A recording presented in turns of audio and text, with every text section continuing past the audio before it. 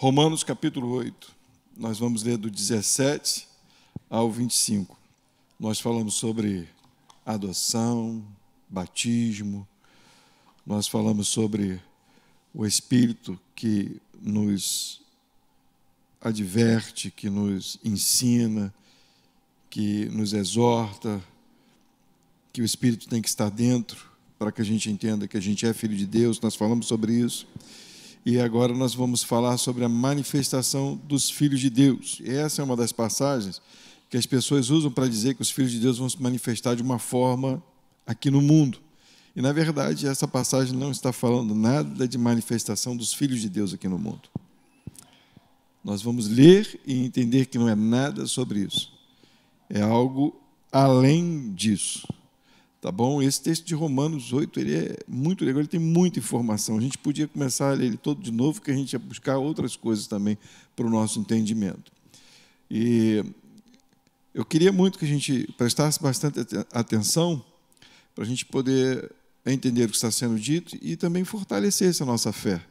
A gente precisa entender que tudo que está escrito para fortalecer a fé do crente. É para fortalecer, é para dar entendimento, é para que a gente crie estrutura, para que a gente entenda o nosso caminho aqui no mundo e como a gente deve agir aqui no mundo, esperando o retorno do Rei. Tá bom? Diz assim: e se nós somos filhos, somos logo herdeiros, também verdadeiramente herdeiros de Deus e co-herdeiros de Cristo, se é certo que com Ele padecemos, para que também com Ele sejamos glorificados. Porque para mim, tenho por certo, é certo, que as aflições deste tempo presente, agora que nós vivemos, não são para comparar com a glória que em nós,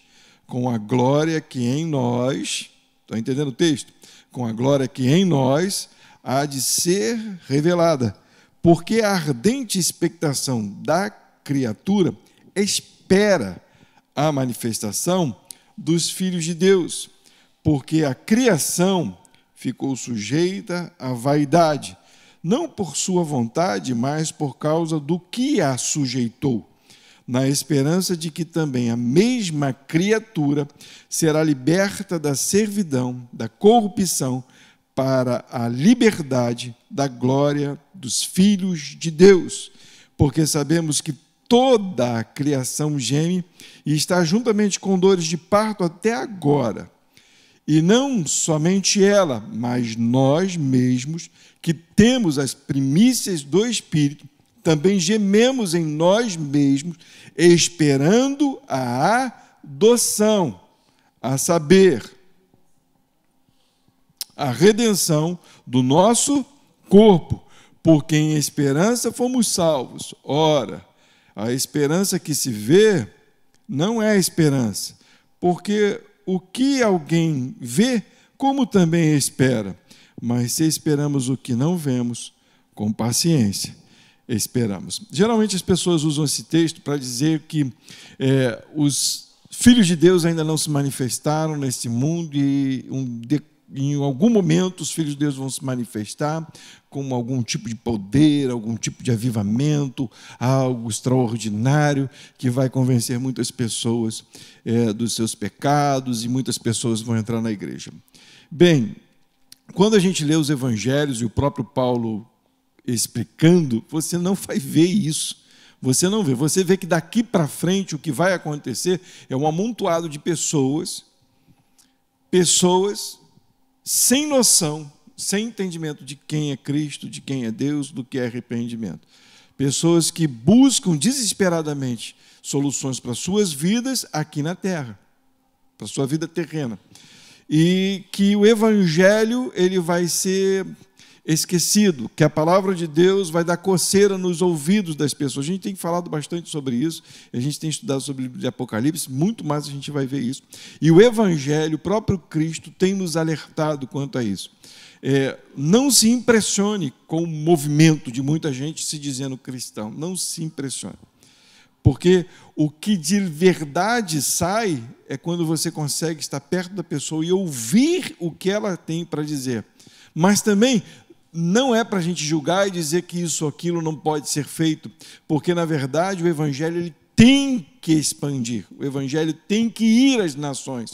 E pregando bem ou pregando mal, diz Paulo, que preguem o Evangelho. Se é para me causar dor, se é... Paulo diz em uma das suas cartas, ele fala se é por ganância, não interessa, pregue o Evangelho. O Evangelho vai ser pregado, que por nós seja pregado um verdadeiro Evangelho, porque aquele que prega um falso Evangelho vai sofrer a sua condenação por causa da mentira que estão levando essa palavra, tá bom? Mas que a verdade saia de nós. Mas a gente tem que ter uma consciência pura, um entendimento puro das coisas que têm acontecido, das coisas que vão acontecer, para que a gente fique firmado, fortalecido. Não vai haver uma manifestação de avivamento gospel extraordinário no meio dos evangelhos, dos evangélicos. As pessoas estão confundindo multidões com avivamento. Estão confundindo rodar, gritar, dar glória a Deus com avivamento. Eu não sou contra dar glória a Deus, a bater palma, não sou contra nada disso. O problema é você confundir, achar ou permitir que algumas coisas que rodam na tua cabeça ou que alguém fala, você deixa manifestar para fora dizendo que isso é avivamento. E não é. Isso não é manifestação de Filho de Deus. A manifestação que hoje nós temos como direito de manifestar é, primeiramente, o arrependimento, e a gente tem falado sobre isso. É de alguém que entendeu que é pecador e que confessa o seu Senhor. E que quer ser parecido com Ele, porque Ele é perfeito. Jesus veio ao mundo para nos ensinar isso e nos mostrar que o homem estava completamente desviado do propósito principal. Então o texto vai me dizer assim, porque eu entendi logo no começo desse estudo, dessas palavras, que eu sou filho de Deus porque me arrependi e o Espírito Santo me selou para ser adotado por Deus. E ele vai falar, se somos filhos, fui adotado. Jesus agora habita no meu coração, agora eu sou filho de Deus, o Espírito Santo habita em mim. Então, o versículo 17 vai dizer, se somos filhos de Deus, somos logo herdeiro, ponto. Você é herdeiro, você é herdeiro de Deus. Para herdar o quê, pastor? Uma casa própria, que você pode ter uma casa própria, mas não é essa herança que Deus tem para você. Não, gente, isso é muito maior do que isso, é muito maior. E eu não estou dizendo, não busque uma casa própria. Vai casar agora, né? Vai precisar de uma casa. Né? Vai casar agora, já até casei vocês. Né? Eu não sei, né? Mas parece que vai casar, entendeu? Não está no caminho, né? Que Deus abençoe. Mas a ideia é conquistar as coisas para poder andar no mundo. Mas entendam sempre, tudo que a gente conquista, quem deu foi Deus.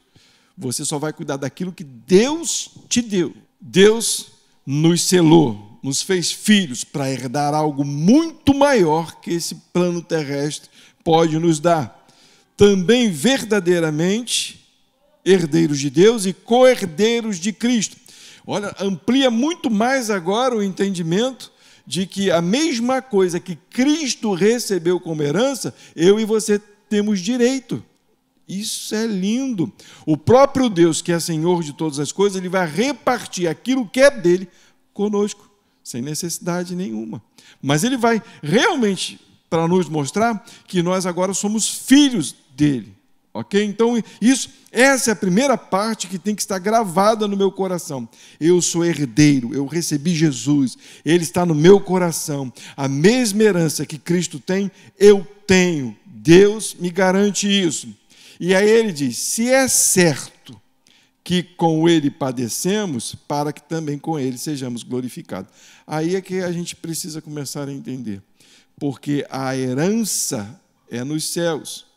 É certo que antes da herança há o padecer. Que padecer é esse? Nem todos padecem a mesma coisa. Tem gente que a gente olha assim e fala assim, pô, fala sério, essa pessoa não sofre nada, não tem um problema, a vida dele é uma paz. Nossa, essa pessoa não tem problema nenhum. Aí você olha para outra pessoa, só vive gripado, só vive com dores. Meu Deus do céu, parece que esse sofrimento não acaba nunca. Já viu? Tem gente que parece que é Jó, só sofre e é sofrimento. É sofrimento e sofrimento. Essa questão do sofrimento vai muito além de eu entender que é simplesmente o fato de eu ter uma dívida ou do que estar sofrendo alguma acusação ou do que ter alguma coisa que está me atrapalhando nesse mundo aqui. É entender que a minha vida está presa a este mundo e deste mundo não sai nada de bom. Esse é o padecer, porque quando eu tenho Cristo, eu entendo que esse mundo ele é caído. Eu entendo que esse mundo é caído. Eu começo a olhar para a minha vida e vejo que no meu corpo não tem solução. Não tem, nós ficamos gripados, nós ficamos doentes, nós ficamos velhos, nós ficamos carecas, nós ficamos doidos. A nossa mente começa a confundir as coisas. Esse corpo faz isso. Por quê? Por causa desse plano terrestre que é caído. Então, a gente que entende quem é Cristo e que somos herdeiros dos céus, nós devemos entender que esse período é um período que nós devemos padecer, glorificando a Deus, porque sabemos que nós fomos adotados por Ele e que esse plano de padecer, essa dificuldade que temos aqui, vai passar, vai acabar. Nós não envelheceremos, não nos tornaremos mais velhos no céu. É prazer, é paz completa, mas Paulo precisa nos informar que antes da glória e de sermos glorificados, nós também padeceremos, assim como Cristo veio ao mundo e também padeceu. Não há diferença nenhuma entre nós e eles, nos crentes e dos não crentes. Você vai ver crentes que podem perder o emprego, como não crentes que podem perder o emprego. Não ache que porque você é herdeiro de Deus, que você tem mais direito do que o não crente. Porque o sol nasce para todos e chuva cai para todos. Não é porque você é filho de Deus que você tem direito de receber coisas melhores do que aquele que não tem. Porque no mundo é assim. O seu direito é de passar glorificando a Deus. E aí ele mostra isso mais ainda no versículo 17. 18. Porque para mim tenho por certo, ele disse, para mim tenho certeza que as aflições deste tempo presente, Paulo fala lá naquela época, ele está vivendo aquele presente, e nós estamos vivendo esse presente, foi escrito para nós, então nós podemos dizer também, com toda certeza, que nesse tempo presente não são para comparar com a glória que em nós há de se revelar. Quer dizer que não se revelou agora, vai se revelar depois. Gravem isso, porque o próximo texto, o próximo versículo, vai mostrar que a manifestação é depois. Então existe uma tribulação, uma tempestade a ser passada agora, mas que nós precisamos estar firmes para o que virá depois. Essa é a certeza que tem que inundar o nosso coração.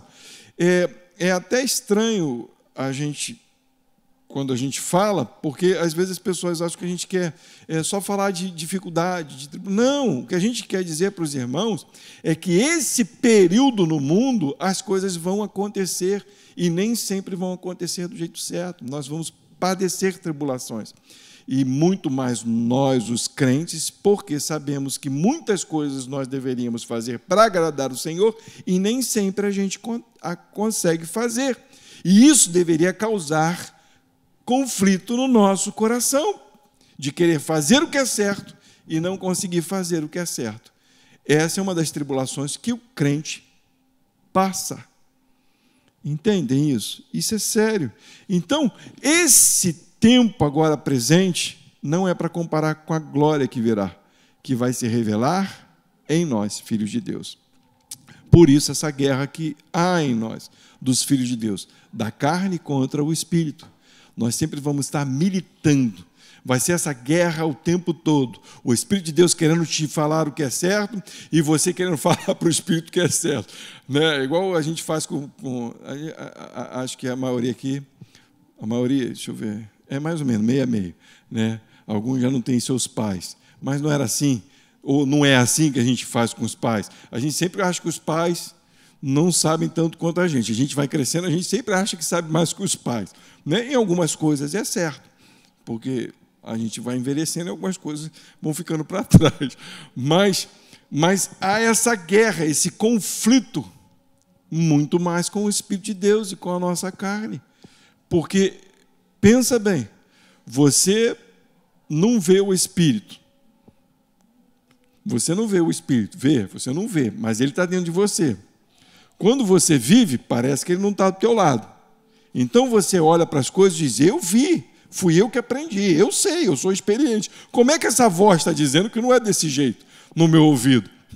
Mas só que ele é Deus. Mesmo que pareça absurdo que ele trata conosco, mas sendo ele Deus, ele quer o melhor para nós. Quando ele manda a gente perdoar o irmão que nos fez mal, quando ele manda a gente andar mais uma milha, quando ele manda a gente não fazer mal por mal. Tantas coisas o Espírito nos alerta e fala conosco para que a gente possa nos fortalecer em Deus e deixar as coisas do mundo. Tantas e tantas coisas. Tantas. Então, que a gente possa ouvir a voz do Senhor e entender. Há uma manifestação a se revelar em nós, os filhos de Deus. Uma glória que vai ser vista por todos. E essa é a manifestação que nós almejamos e que o mundo espera. Versículo 19. Porque a ardente expectação da criatura espera a manifestação dos filhos de Deus. Porque a criação ficou sujeita à vaidade, não por sua vontade, mas por causa do que a sujeitou. Entendam.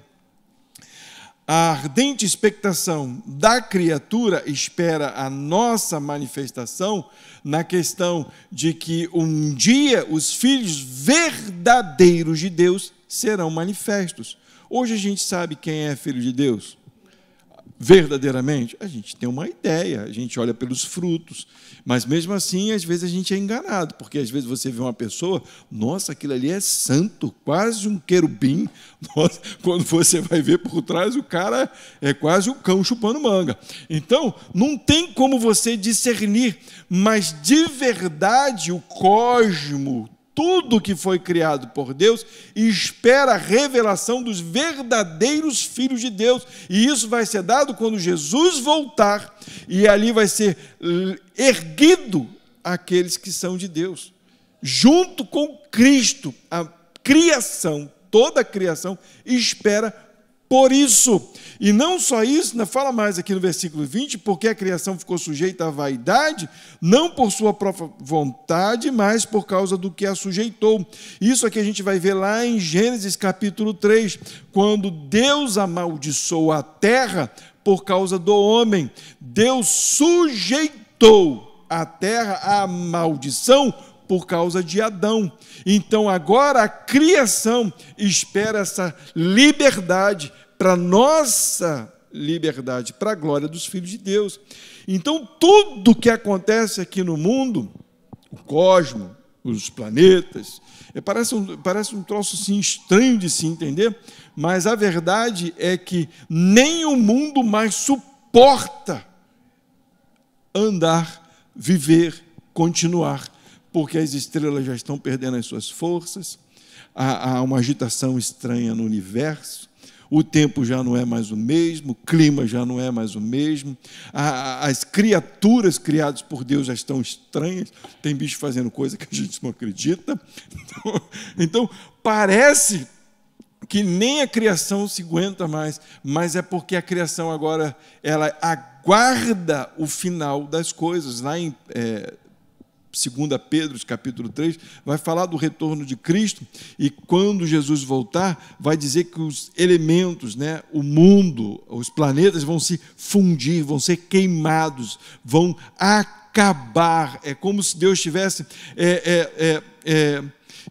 como se a criação estivesse esperando o dia em que Deus vai libertá-la desta escravidão. É só você continuar lendo. Olha o versículo 21.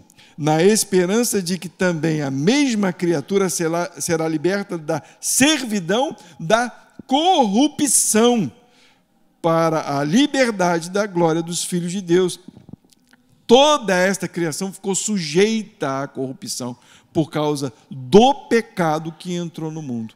Então é como se ela estivesse gemendo, esperando o fim destas coisas e esperando a manifestação dos verdadeiros filhos de Deus na vinda gloriosa do nosso Senhor. É para a gente ficar tranquilo e satisfeito, porque Deus preparou um dia para que o mundo seja completamente destruído, para que Ele venha com novos céus e nova terra. Para quê? Por causa de nós, os filhos verdadeiros de Deus. Essa parte aqui do versículo 20, quando fala assim, porque a criação ficou sujeita à vaidade, eu estava pesquisando para poder entender por que vaidade. Essa palavra vaidade, na verdade, não quer dizer muito aquela questão de se achar belo, né, ou querer se aparecer, mas é porque ficou vazio. É como diz lá, é algo vão. É uma beleza vã. Enganosa é a beleza e vã é a formosura. Muito obrigado. É exatamente isso. É como se o mundo que foi preparado tão belo, toda essa beleza é vã, porque vai ser destruído. Entenderam? Cheguei lá. Então, essa vaidade que a criação ficou sujeita por causa de Deus, é algo vão, não permanece, não dura, acaba. Tudo que foi criado por Deus, belo e perfeito, foi destruído por causa do homem, por causa do pecado. Então, automaticamente, tudo que foi construído por Deus será destruído também, porque tem o seu tempo contado. Então, o que a Bíblia nos fala sobre a manifestação dos filhos de Deus é que esse tempo que nós vamos passar pelo mundo é para declarar a verdade de Deus sobre as nossas vidas, para que quando tudo acontecer de verdade, a gente seja manifesto junto com Cristo na sua vinda. Versículo 22, porque sabemos que toda a criação geme e juntamente está com dores de parto até agora. Ele usa esse exemplo, e as mulheres vão saber bem, as mulheres que tiveram filhos de parto normal vão saber bem como é que é isso, né?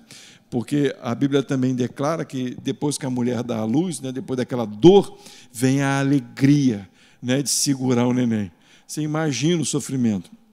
Eu ouvi um pastor contar que ele ficou agoniado por 2 vezes vendo as 2 filhas que desejaram ter o parto normal, e ele viu os 2 partos.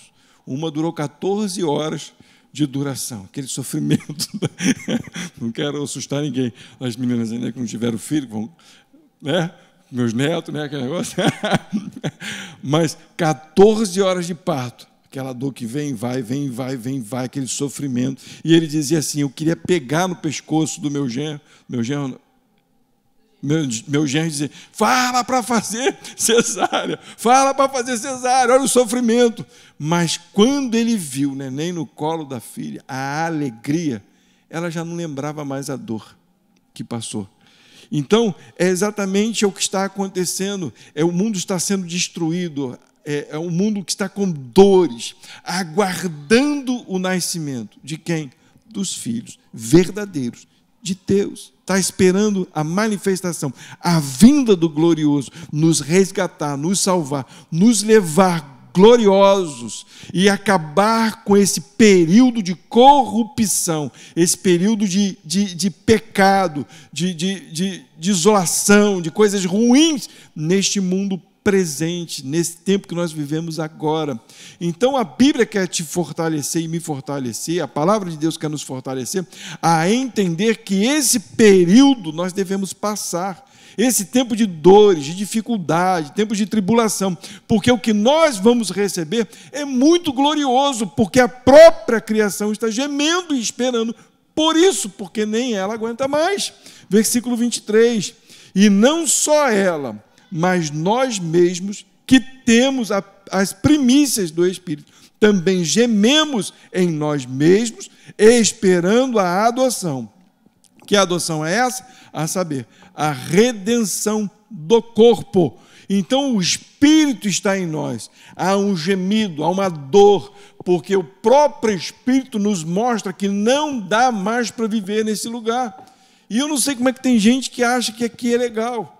É legal por um período, nós passamos por tempos bons, não estou aqui dizendo, vamos desprezar o mundo, vamos chegar na cama, ficar com a boca aberta, volta logo Jesus, não estou falando isso não, a gente vai viver, mas entendam, esse mundo não tem jeito, não tem solução. Qualquer outra mensagem a favor do mundo é mentira, porque você não vai encontrar lugar nenhum na Bíblia que exalta este lugar, aquele vai ser transformado de uma forma tal que isso aqui vai durar para sempre. Não, o mundo foi condenado e ele espera o final dele para nossa redenção, e não só o mundo espera, mas nós também esperamos. A Bíblia diz que o Espírito e a noiva diz: vem, Senhor Jesus. Por que o Espírito e a noiva dizem: vem, Senhor Jesus? Porque é insuportável viver num lugar onde você não tem solução das coisas. A gente precisa entender isso, desejar isso, chamar o Senhor, desejar o Senhor. Eu falei isso, foi no domingo ou na quinta-feira, não sei, domingo passado, que até o prazer é um desprazer. A gente um dia ama, outro dia a gente odeia. Um dia a gente diz amores para as coisas que a gente tem, outro dia a gente não quer ver mais. Nós somos assim. A gente um dia quer tanto uma coisa, no outro dia a gente já não quer mais aquilo. Nesse mundo é assim, nada é perfeito o tempo todo, mas com a glória que há de se revelar em nós, só será prazer. É algo que nem entra na nossa cabeça. Não tem aquele dia que você quer ficar arriado em casa, não quer ver ninguém? Não tem um dia que você fala assim: cara, hoje eu não estou afim de ver ninguém, cara. Pô, que vontade de ficar em casa. Tomara que ninguém bata na minha porta. Não tem esse dia? Tem. Não tem um dia que você quer brincar com todo mundo, quer zoar todo mundo, quer falar com todo mundo? Tem. Paulinho só vive assim. Acorda já perturbando todo mundo. Tem.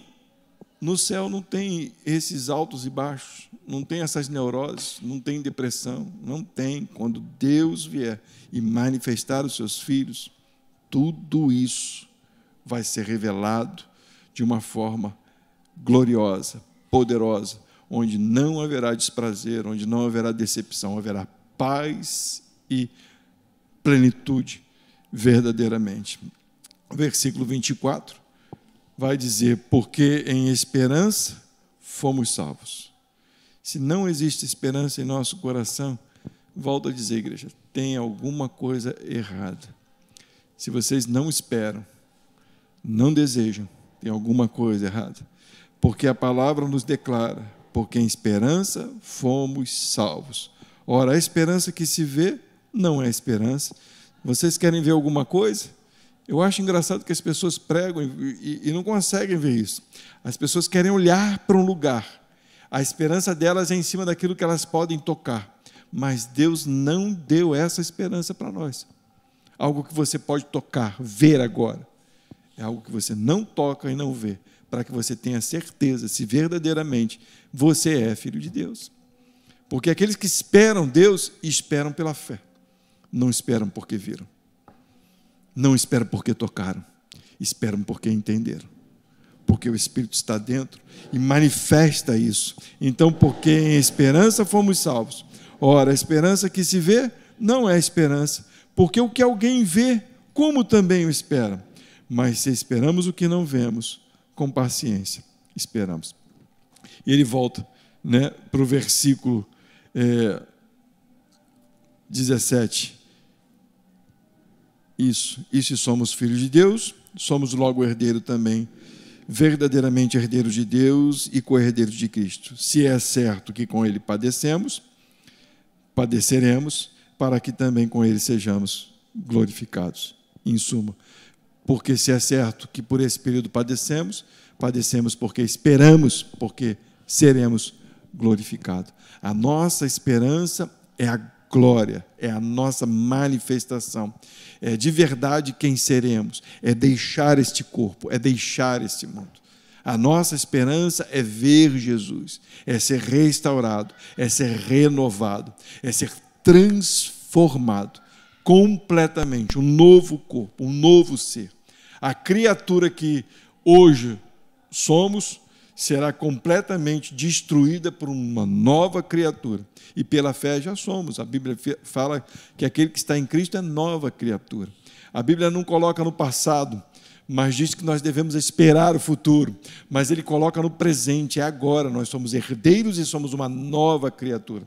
Aquele que nos escolheu lá na criação do mundo, ele nos elegeu e nos deu essa certeza agora de que seremos glorificados, e essa esperança já está em nós. E que tudo isso, todo esse sofrimento, um dia vai acabar. E que toda essa criação será oferecida e vai ser queimada no fogo. E essa corrupção, essa mentira, essa injustiça, essa desonra, essas coisas que a gente ouve, que tem hora que deixa a gente bobo, né? A gente teve uma notícia agora, né, esses dias no estudo, aquela notícia que deixou a gente bem triste. Tinha uma pessoa que está passando por uma situação muito ruim com a sobrinha. Cara, dá um desagrado no coração, dá uma aflição no coração, como tem gente que ainda faz tanta maldade, e às vezes com crianças. Não pode mais continuar assim. Deus tem que intervir. E Ele já trouxe a sua palavra, já nos mostrou como Ele vai intervir. Então é hora de nós esperarmos, não só esperarmos, mas também mostrarmos para o mundo que a nossa esperança está em Cristo Jesus. E que isso vai acabar. E que aqueles que não estiverem com Cristo serão queimados juntamente com o mundo. Só que o mundo vai ser desfeito para novos céus e nova terra. E aqueles que não entenderam isso perecerão eternamente. Só para a gente encerrar, para a gente ver lá em 1 Pedro, acho que é 2 Pedro. Eu vou ler a partir do 2 e encerro. Para que vos lembreis das palavras que primeiramente foram ditas pelos santos profetas e do nosso amado apóstolo do Senhor e Salvador, sabendo primeiramente isto, que nos últimos dias virão escarnecedores, andando segundo as suas próprias concupiscências, e dizendo: onde está a promessa da sua vinda? Onde? Cadê Jesus? Porque desde que os pais dormiram, todas as coisas permanecem como desde o princípio da criação. Eles voluntariamente ignoram isso, que pela palavra de Deus, já desde a antiguidade existiram os céus e a terra, que foi tirada da água e no meio da água subsiste, pelas quais coisas pereceu o mundo de então, coberto com as águas do dilúvio. Mas os céus e a terra, que agora existem, pela mesma palavra, se reservam, estão com dores de parto, como tesouro, e se guardam para o fogo até o dia do juízo e da perdição dos homens ímpios. Mas, amados, não ignoreis uma coisa, que um dia para o Senhor é como 1000 anos, e 1000 anos como um dia.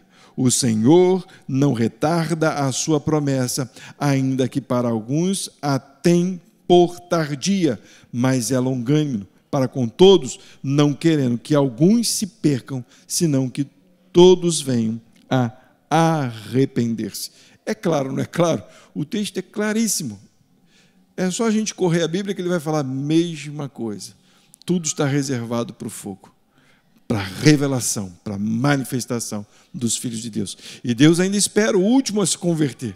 Aquele que ele já conhece, lá naquele dia lá, vai dizer: eis-me aqui, Senhor, eu entendi, arrependendo-se dos seus pecados. E aí Jesus vem em nuvens e começa aquele show extraordinário que a gente não entende, que só vai ver naquele dia, né? Queimando todas as coisas, o povo de Deus subindo, a revelação dos filhos de Deus, e todos de joelho ficarão, porque vão se arrepender de não terem honrado a Deus. É o que diz a Escritura. E de que lado nós estamos? De que lado nós estamos? Nós estamos do lado que, a favor do Greenpeace, salvem as baleias. Vocês sabem que isso é a maior mentira, né? Pessoal, você vê baleia em tudo quanto é canto. Mas as pessoas estão dizendo: Deus não venha, Deus não venha, nós queremos salvar este mundo. O próprio Deus condenou este mundo. Você vai estar do lado de quem? A gente tem que estar do lado do Senhor. entendendo que Ele vai nos restaurar por completo. Não haverá mais doença, nem dor, nem pranto, nem decepção. Falem isso, declarem isso, mostrem isso. Vizinho, família, os parentes, insistam, tempo e fora de tempo, porque muitos ainda estão com os ouvidos tapados. Gritem nos ouvidos. Falem em nome de Jesus. Não se preocupe com as respostas feias ou ruins. Não se preocupem. Eu já vi muita gente carrancuda dizer não e depois está aos pés do Senhor. Porque quem convence é Ele. Teu papel? Manifestar o amor de Deus. Amém? Vamos colocar de pé, vamos orar, agradecer a Deus pela sua palavra, pelo entendimento que Ele tem nos dado e que a gente prossiga nesta palavra. Alguém quer perguntar alguma coisa? Quer perguntar?